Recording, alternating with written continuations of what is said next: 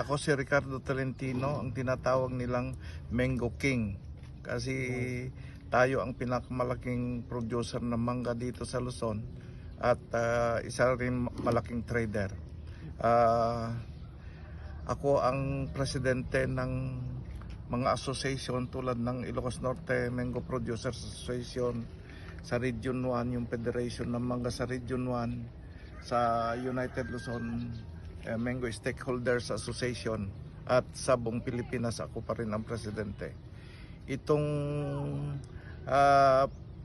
vegetable farm namin ay passion ko kasi ito, nagtatanim ng gulay.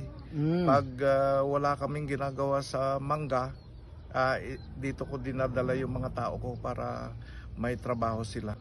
Marami na akong nasubukan na mga gamot kasi taon-taon nagtatanim ako ng vegetable. Hindi lang doon, may tinaniman pa kami na doon sa mango farm ko na bagong tanim. Nagtanim pa kami ng maraming gulay doon, mga 5 hectares. Wow. Kaya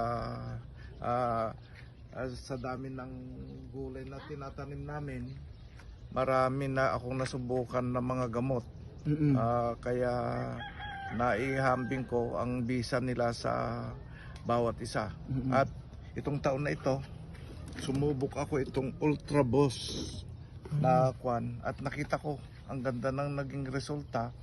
Nung unang sinubukan namin yung sitaw namin, yung unang video noon na pumunta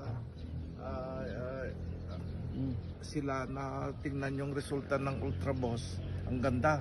At ito naman yung pangalawang resulta dito sa kamatis. Sobrang bunga niya. Ang daming bunga. At saka green na green siya, kaya nakikita ko talagang effective itong gamot na ito. Kaya siguro sa mangga, umpisan namin gamitin ito kasi nagpapa-spray na kami ng pabulaklak. Gagamitin namin ito pati sa bunga. Kuya Rick, ano pa yung mga napansin nyo? Nung maliliit pa itong mga gulay namin, diretso ang ulan, almost 2 weeks yata. Kung ibang hindi na-applyan na Ultra Boss, nangulutoy na o nakuan na, nanlanta na yung mga gulay namin. Pero dito nakikita naman natin ngayon ang ganda ng naging resulta. Kaya nakita ko magandang produkto ito. Yung kasama namin nagugulay dito, lalo na sa kamatis, nasira lahat yung mga kwan nila, mga tanim nila kasi doon sa ulan. Nung pagkatapos ng ulan, nang lanta na sila, namatay na. So kayo, dahil gumamit kayo ng Ultra Boss, hindi nalanta? Oo, nakita ko, kaya wow. effective itong gamot na ito. At siguro itutuloy kong gamitin ito pati sa mangga. Umpisa na namin kasi mag-uumpisa na kami sa operation namin sa mangga. Kuya Rick, ilang taon na kayo sa sa larangan ng agriculture, sa farming? Sa mangga 50 years. 50 years sa mangga, Diyos ko. Ano na pala to? Legend na pala to. Okay. So, ibig sabihin, alam nyo na kung paano ang pag-a-apply at sumubok na rin kayo ng marami. Ang dami ko na nasubukan na kwan. Kasi ang kwan ko, tinitignan ko rin yung mga effective ng gamot. Kasi marami rin pinapasubok sa akin. Sa production wise, kailangan mo yung mga effective na gamot. When it comes to peste, anong nyo nung nag-spray kayo? Nilalapitan ba siya or medyo nabawasan yung kwan, kaya gumagamit pa rin kami ng insecticide. Okay. Pero kwan na 50% na lang. Ayun. So meaning sa mga pesticide nyo, insecticide ay binawasan nyo na. Tingnan nyo po, ang lalaki ng mga bunga In fairness, ano pa yan? Inulan pa ng inulan. So sa ampalaya, sa tingin nyo po sa ampalaya, ano siya, effective talaga siya? Effective.